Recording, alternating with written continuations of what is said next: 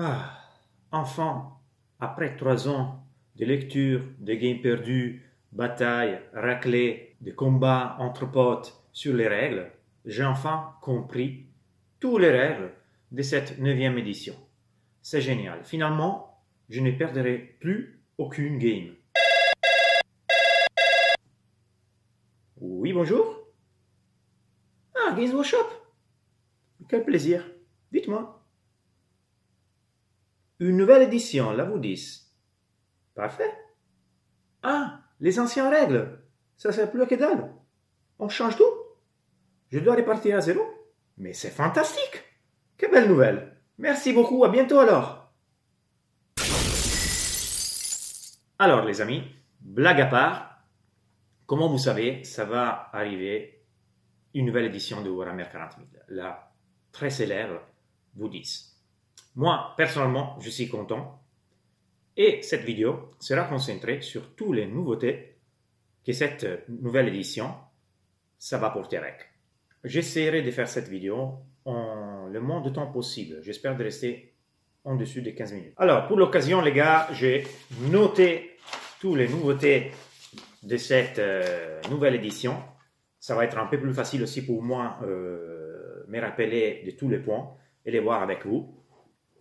Donc, de temps en temps, je vais lire sur mes notes, juste pour ne pas oublier des choses, et, parce que j'aimerais bien de faire une grosse panoramique de toutes les nouvelles règles. Ok? Règles, codex et cartes. Les codex, nos bien aimés codex, je sais que ça coûte un couille, mais ils étaient super intéressants. Ils sont obsolètes. Ok? Donc, il n'y a plus de codex.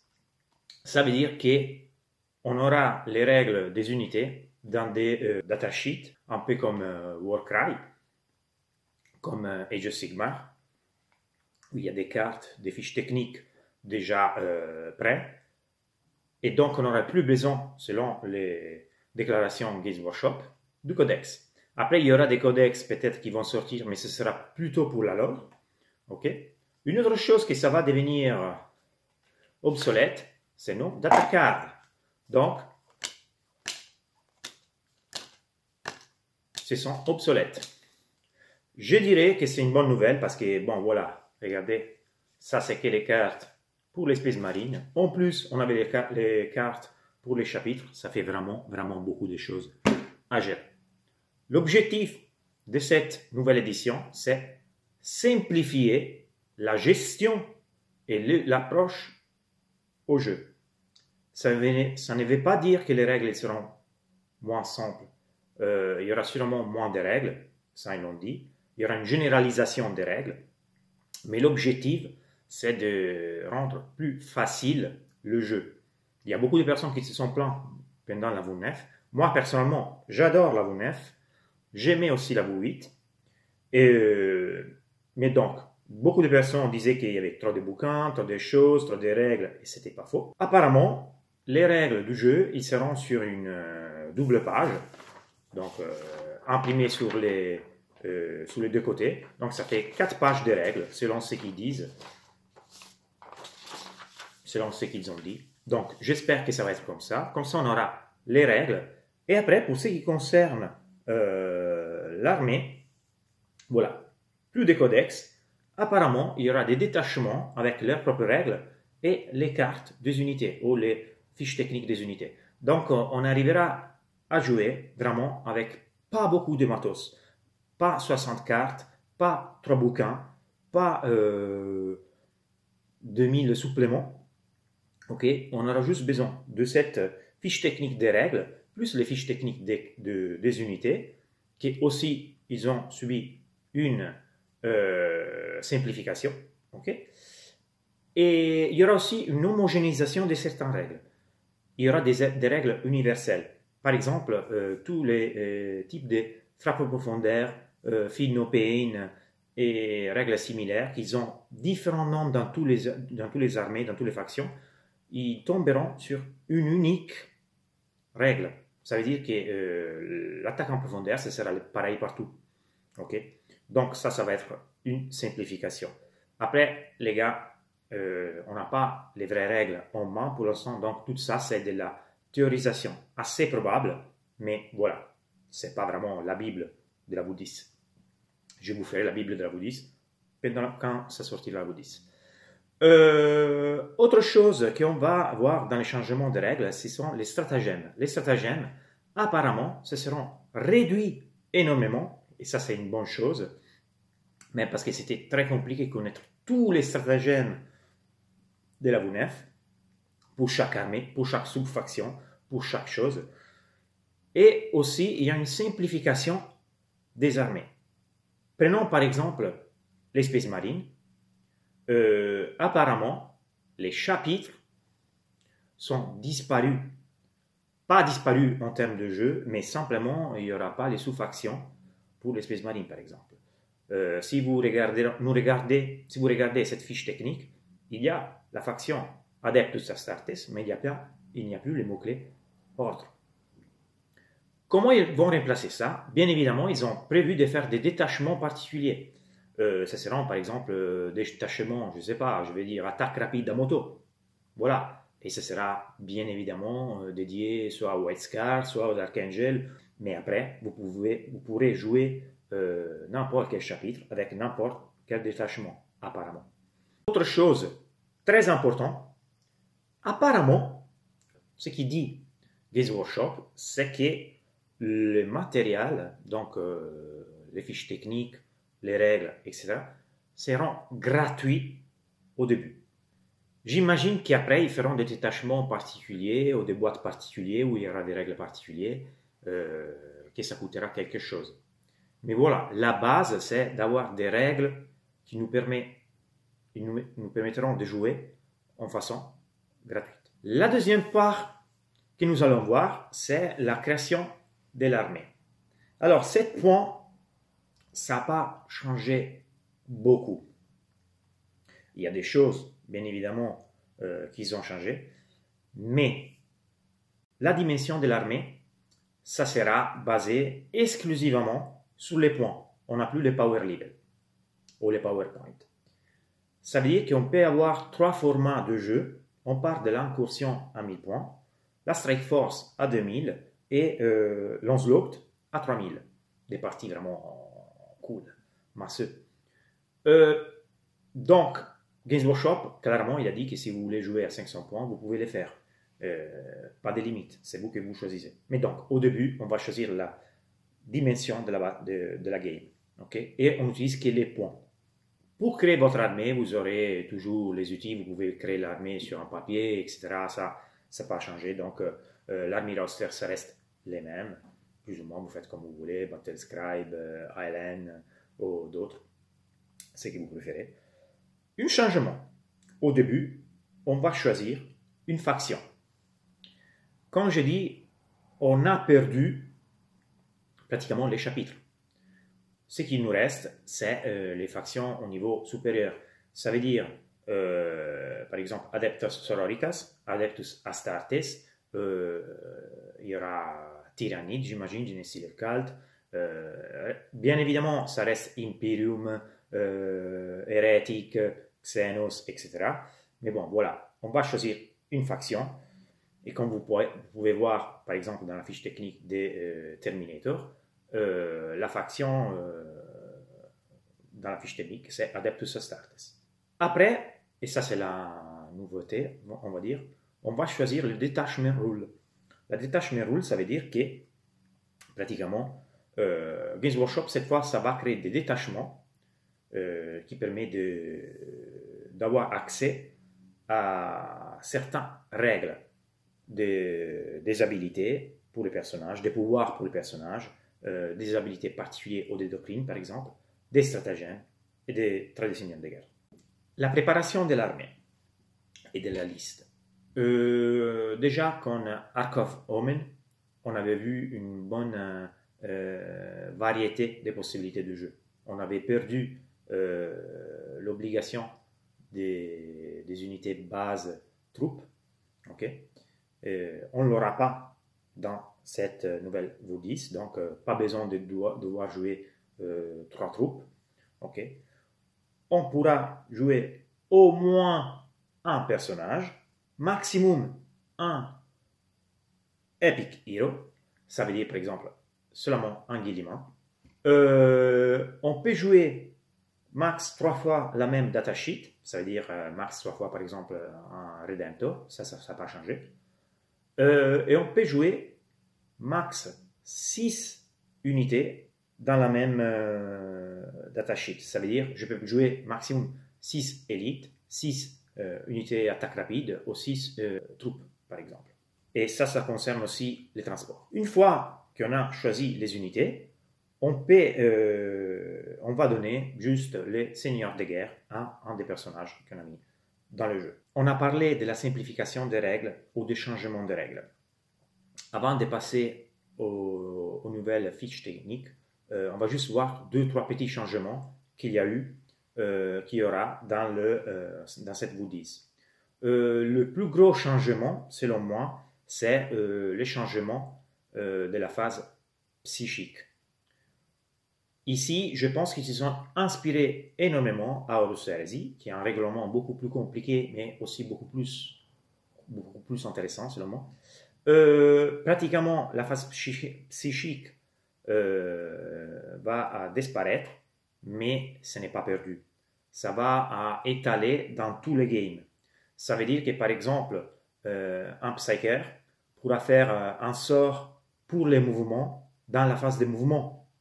Ça va dynamiser beaucoup plus le jeu. Je peux donner un +2 en mouvement, je ne sais pas, avec un sort, je le fais dans la phase de mouvement. Ou encore, dans la phase de tir, par exemple, si ça reprend exactement ou plus ou moins Horus Heresy, je peux activer mon arme psychique de tir, bien sûr avec un sort, et bon, si j'arrive, je peux attaquer avec cette arme. Okay. Ou encore, par exemple, il y aura, je ne sais pas, dans la phase de corps à corps, l'activation d'une armée psychique de corps à corps. Même sort, j'ai fait une test psychique, si ça passe, bon voilà, j'ai mon arme avec des flammes, je ne sais pas. Et ça, c'est très intéressant. Deuxième changement qu'on va voir, c'est la phase de morale. On perd la phase de morale à la fin du jeu, mais on la retrouve dans la phase de commandement. Apparemment, et heureusement, il n'y a plus de perte de figurines dans l'unité, mais les figurines ils vont recevoir des malus. Très probablement, ça va impacter les actions, la capacité de contrôle objectif. Donc, ils ont des malus dans leurs actions, dans leur capacité globale, mais voilà, l'unité, ça reste là. Donc voilà. On a parlé avant des stratagèmes. Je pense, bon, je ne suis pas sûr et certain, mais on a déjà vu un stratagème pour les Terminators. Les stratagèmes sont beaucoup plus une sorte de réaction. Comme dans Horus Heresy, pendant certaines phases, on a des réactions qu'on peut activer. Ça veut dire que je ne reste pas là bloqué pendant que mon adversaire il tire, il déclare une charge, etc. Mais je peux faire des sortes de réactions. Les stratagèmes, très probablement, ça fonctionnera au moins en partie comme ça. On a vu les stratagèmes pour les Terminators qui permet d'arriver en frappe pendant à la fin de la phase de mouvement adversaire. C'est probablement une possibilité pour mettre devant une unité des Terminators pour faire un boucle, ou pour empêcher d'aller sur un objet, ou pour empêcher de se faire charger une unité, etc. Donc voilà, ça peut être une sorte de alternative, c'est une nouvelle façon de jouer que je pense ça peut être intéressant. Alors, nous passons à voir maintenant les fiches techniques. Comme vous voyez, sur cette fiche technique, on a les mouvements, on a l'endurance, on a le safeguard, on a le nombre de blessures, on a la leadership ou le commandement, et on a OC. Donc, pour la phase des morales, comme on voit déjà, il faut jeter 2d6 et faire plus que les valeurs indiquées ici. Ok? Donc, c'est complètement reversé comparé à avant. OC, c'est Objective Control. Ça signifie qu'une de ces figurines posée sur l'objectif ça compte comme 2 en valeur de 2 des contrôles d'objet. Comme on peut voir, on a l'endurance, mais on n'a plus la force. Vous la retrouvez dans le profil de l'arme. Comme vous voyez par exemple dans les Terminator, on a dans la force, dans les melee weapons, donc les armes de corps à corps, on a Chain Fist, Power Weapon, on a la force, on a le nombre des attaques que l'unité peut faire avec cette unité. Donc, comme vous voyez, on a perdu les attaques dans les caractéristiques de l'unité et on les retrouve dans les profils d'armée. Ça veut dire qu'avec cette arme, un Terminator, il peut faire, par exemple, avec le Power Weapon, 4 attaques, avec le Power Fist, 3 attaques, et avec la Chain Fist, 3 attaques. La force, c'est indiqué à côté. La pénétration de l'armure, elle est diminuée, elle est réduite. Donc, apparemment, on retourne sur un rééquilibrage de la situation. Il y avait trop d'EPA. Moi, j'ai joué Bloody Rose, PA-4, c'était toujours un plaisir. Et le nombre de dégâts. Quel est un grand changement qu'on peut voir ici?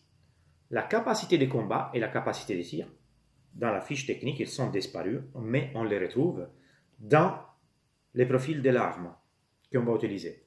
Si par exemple, un Terminator équipé avec un assaut canon veut toucher, il y aura un 3+. Ballistic Skill, c'est l'équivalent de capacité de tir. Si par exemple, on va tirer avec un Stormbolter, 3+, etc. La capacité de combat, ça va être dans les profils de l'armée de corps à corps. Petite précision, comme vous voyez, on a l'endurance dans la fiche technique, dans les caractéristiques de l'unité, et on a la force dans les profils de l'armée, dans les tirs et dans les corps à corps. Okay, donc armée de tir, armée de corps à corps, on a la force impliquée. Ça ne change pas la façon de blesser.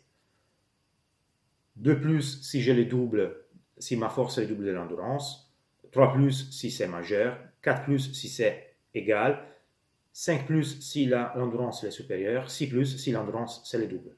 Je pense. Pour l'instant, on n'a pas d'informations, mais je pense que ça reste complètement comme ça. Autre chose, on va voir, on trouve de nouveaux types des habilités, disons. Par exemple, on trouve anti-véhicule.